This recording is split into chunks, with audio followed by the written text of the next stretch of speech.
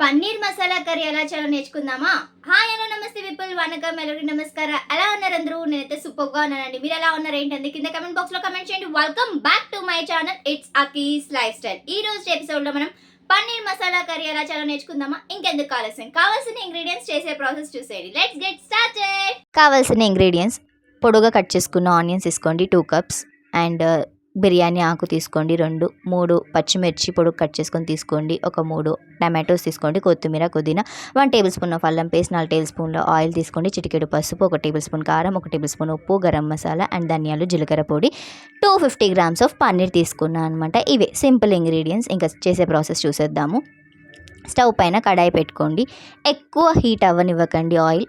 నార్మల్గా హీట్ అయిన తర్వాతకి పన్నీర్ ముక్కలు వేసేసుకోండి. పన్నీర్ ముక్కలు కూడా ఏంటంటే ఎక్కువ ఫ్రై చేసుకోకండి, బ్రౌనిష్ కలర్లో వచ్చేటట్టు ఫ్రై చేసుకోకండి. నార్మల్ మీడియం ఏమంటారు నార్మల్ బ్రౌనిష్లోకి చేంజ్ అవుతుందన్న మూమెంట్లో తీసేసుకోండి. ఎక్కువ ఫ్రై చేసేసుకుంటే ఏంటంటే హార్డ్గా అయిపోతుంది అనమాట పన్నీరు.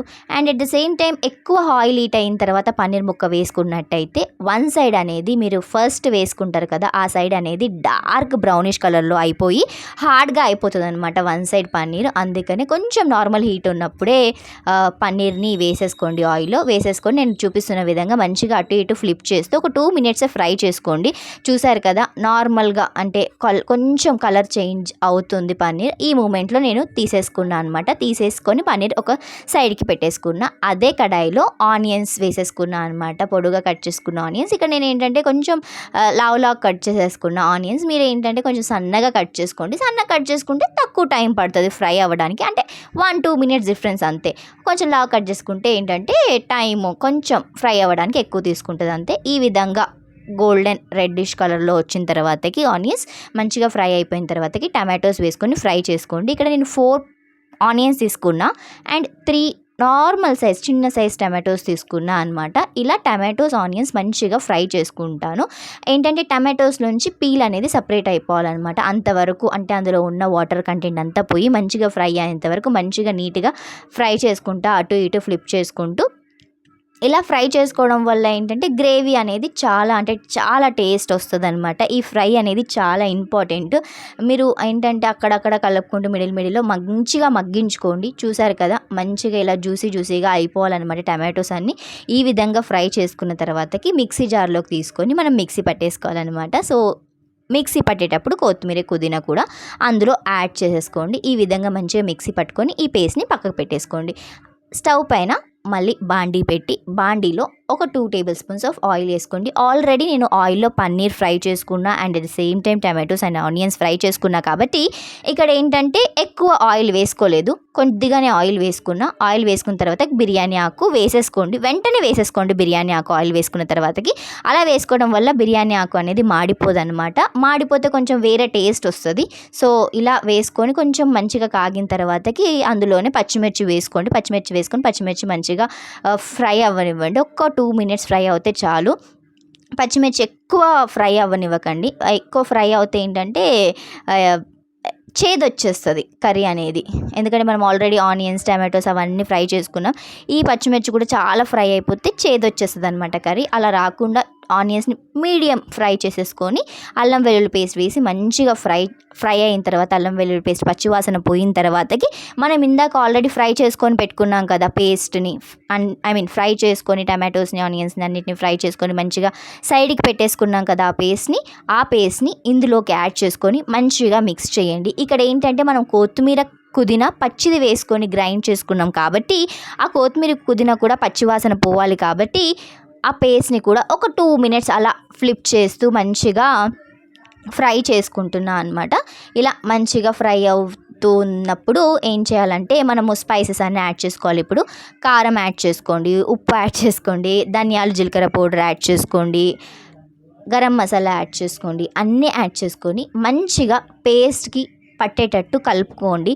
ఏంటంటే ఇక్కడ ఉండలు కట్టే ఛాన్సెస్ చాలా ఎక్కువ ఉన్నాయి స్పైసెస్. సో ఉండలు కట్టకుండా మంచిగా నేను వీడియోలో చూపిస్తున్న విధంగా కొంచెం ప్రెజర్ పెట్టి అలా స్మాష్ చేసుకుంటూ నీట్గా ఫ్రై చేసుకోండి. కలుపుకోండి. ఆ మిశ్రమానికి మొత్తం స్పైసెస్ పట్టేటట్టు మంచిగా కలుపుకోండి.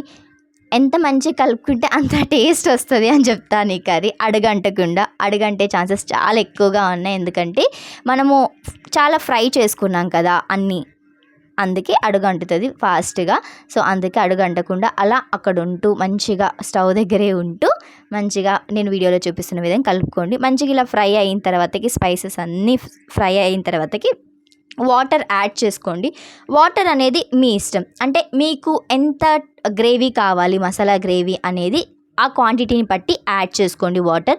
నాకు ఇక్కడ ఏంటంటే ఇంకొంచెం వాటర్ పడతాయి అనిపించింది. నాకు గ్రేవీ థిక్ కన్సిస్టెన్సీలోనే కావాలి, కొంచెం థిక్ కన్సిస్టెన్సీలో కావాలి, అంత గ్రేవీగా కాకుండా కొంచెం థిక్ కన్సిస్టెన్సీలో కావాలి. సో ఈ విధంగా నేను మంచిగా వాటర్ యాడ్ చేసుకొని స్టవ్ పైన మగ్గడానికి పెట్టేసాను అనమాట. మంచిగా ఆయిల్ అంతా పైకి తేలిన తర్వాత పన్నీర్ ముక్కలు యాడ్ చేసుకొని అలా మంచిగా మిక్స్ చేసుకోండి. ఒక 2 minutes మగ్గడానికి వదిలేసేయండి. ఒక 2 minutes మగ్గిన తర్వాతకి స్టవ్ ఆఫ్ చేసుకొని సర్వ్ చేసుకొని తినేయడమే అనమాట. మీరు కూడా ఒక్కసారి ట్రై చేయండి. ఎలా వచ్చింది ఏంటని కమెంట్ బాక్స్లో కమెంట్ చేసి చెప్పేయండి ఒకసారి ట్రై చేసి. Tasting time. సో నేను ఇక్కడ వెజ్ రైస్లో ట్రై చేశాను అనమాట పన్నీర్ మసాలా కర్రీ. ఎంత యమ్మీగా ఉందంటే యూ కాంట్ బిలీవ్, చాలా అంటే చాలా యమ్మీగా ఉంది. మీరు కూడా పక్కాగా ట్రై చేయండి. చూసారు కదండి వీడియో, ఎలా అనిపించింది? ఐ హోప్ మీకు నచ్చింది అనుకుంటున్నా. నేను చాలా సింపుల్ ఇంగ్రీడియంట్స్ యూజ్ చేశాను, ఫ్యాన్సీ ఇంగ్రీడియంట్స్ ఏవి యూజ్ చేయలేదు. మీరు కూడా మీ ఇంట్లో ట్రై చేసి ఎలా వచ్చింది ఏంటి అనేది కమెంట్ బాక్స్లో కమెంట్ చేసి చెప్పేయండి. పన్నీర్తో not only paneer masala curry, paneer butter masala, paneer Manchuria, paneer pulao, so my recipes like this with paneer. అవన్నీ మన ఛానల్లో ఒక్కొక్కటిగా ఎపిసోడ్స్ రిలీజ్ చేస్తూ ఉంటా. అవన్నీ మీరు మిస్ అవ్వకుండా చూడాలంటే వెంటనే ఛానల్ సబ్స్క్రైబ్ చేసుకోండి, బెల్ ఐకాన్ని యాక్టివేట్ చేసుకోండి. నేను అప్లోడ్ చేయగానే మీకు నోటిఫికేషన్ వచ్చేస్తుంది. ఐ హోప్ మీకు ఈ వీడియో ఎంతో కొంత నచ్చింది అనుకుంటున్నా. మీకు కనుక ఈ వీడియో కనుక నచ్చినట్టయితే తప్పకుండా లైక్ చేయండి, షేర్ చేయండి and subscribe to my channel. Don't forget to activate your bell icon guys. Bell icon activate చేసుకోవడం వల్ల నేను వీడియో ఇలా అప్లోడ్ చేయగానే మీకు నోటిఫికేషన్ అలా వచ్చేస్తుంది. మీరు నా వీడియోస్ ఏవి miss అవ్వరనమాట. That's it for this video. Let's meet in another video. Until then, keep smiling. This is your Saki signing off for the day. Bye-bye.